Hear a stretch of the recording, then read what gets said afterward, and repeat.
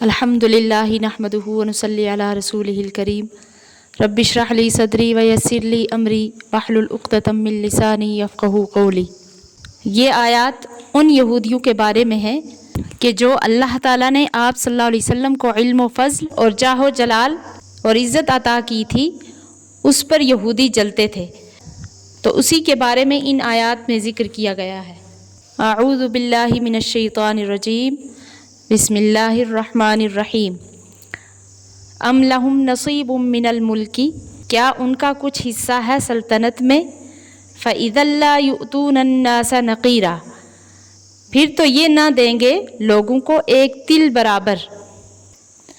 ام يحسدون الناس علی ما آتاہم اللہ من فضلہ، یا حسد کرتے ہیں لوگوں کا اس پر جو دیا ہے ان کو اللہ نے اپنے فضل سے۔ اللہ تعالیٰ فرماتے ہیں کہ ایسی کوئی چیز یعنی جو آپ صلی اللہ علیہ وسلم کو ہم نے سلطنت عطا کی ہے، یہ کوئی نئی بات نہیں۔ آگے فرماتے ہیں فَقَدْ آتَيْنَا آلَ إِبْرَاهِيمَ الْكِتَابَ وَالْحِكْمَةَ، تو پس ہم نے دی ہے ابراہیم کے خاندان کو کتاب اور حکمت۔ وَآتَيْنَاهُمْ مُلْكًا عَظِيمًا، اور ان کو دی ہے ہم نے بڑی سلطنت، کیونکہ بنی اسرائیل میں بہت سے انبیاء گزرے ہیں۔ بعض انبیاء بادشاہ بھی ہوئے، جیسے حضرت یوسف علیہ السلام اور حضرت داؤد علیہ السلام، اور داؤد علیہ السلام کا بہت ساری بیویاں ہونا بھی معلوم اور مشہور ہے، اور یہ سب اولاد ابراہیم میں ہے۔ جب کہ رسول اللہ صلی اللہ علیہ وسلم بھی اولاد ابراہیم سے ہیں، آپ کو یہ نعمتیں مل گئیں تو تعجب کی کیا بات ہے۔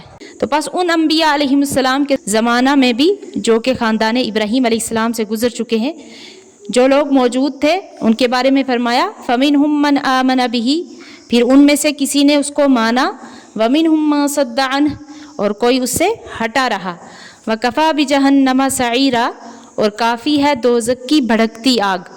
یعنی اگر آپ صلی اللہ علیہ وسلم کی رسالت اور قرآن پر بھی آپ کے زمانے کے بعض لوگ ایمان نہ لائیں تو کوئی رنج کی بات نہیں، اور ان کفار اور اعتراض کرنے والوں کو اگر دنیا میں سزا کم بھی ہو یا نہ ہو تو کیا ہوا، ان کے لیے آخرت میں دوزخ کی آتش کافی ہے۔ تو ان دو آیتوں میں اللہ تعالیٰ نے ان یہودیوں کے اسی حسد اور بغض کی شدید مذمت کی ہے، اور ان کے حسد کو نامعقول قرار دیتے ہوئے دو وجہیں بیان کی ہیں۔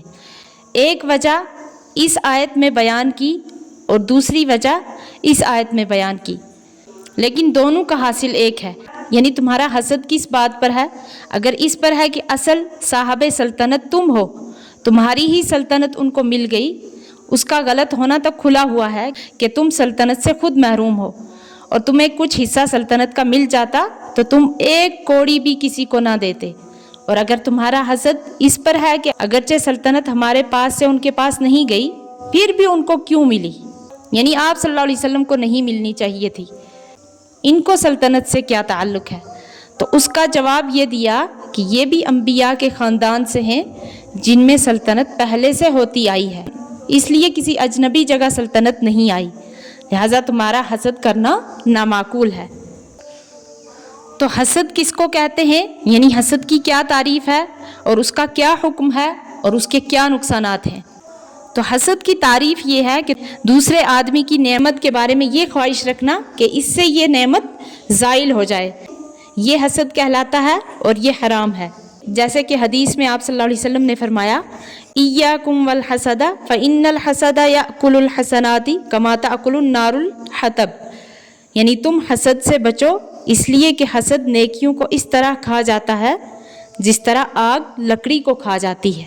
ایک اور حدیث ہے کہ حضرت زبیر رضی اللہ عنہ نے فرمایا کہ رسول اللہ صلی اللہ علیہ وسلم فرماتے ہیں کہ تمہاری طرف بھی پہلی قوموں کا مرض چپکے سے چل پڑا ہے، اور وہ حسد ہے، اور بغض ایسی خصلت ہے جو مونڈ دینے والی ہے۔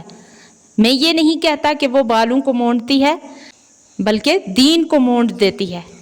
حسد خواہ دنیاوی کمال پر ہو یا دینی کمال پر، دونوں حرام ہیں۔ اللہ تعالی ہماری حفاظت فرمائے، آمین۔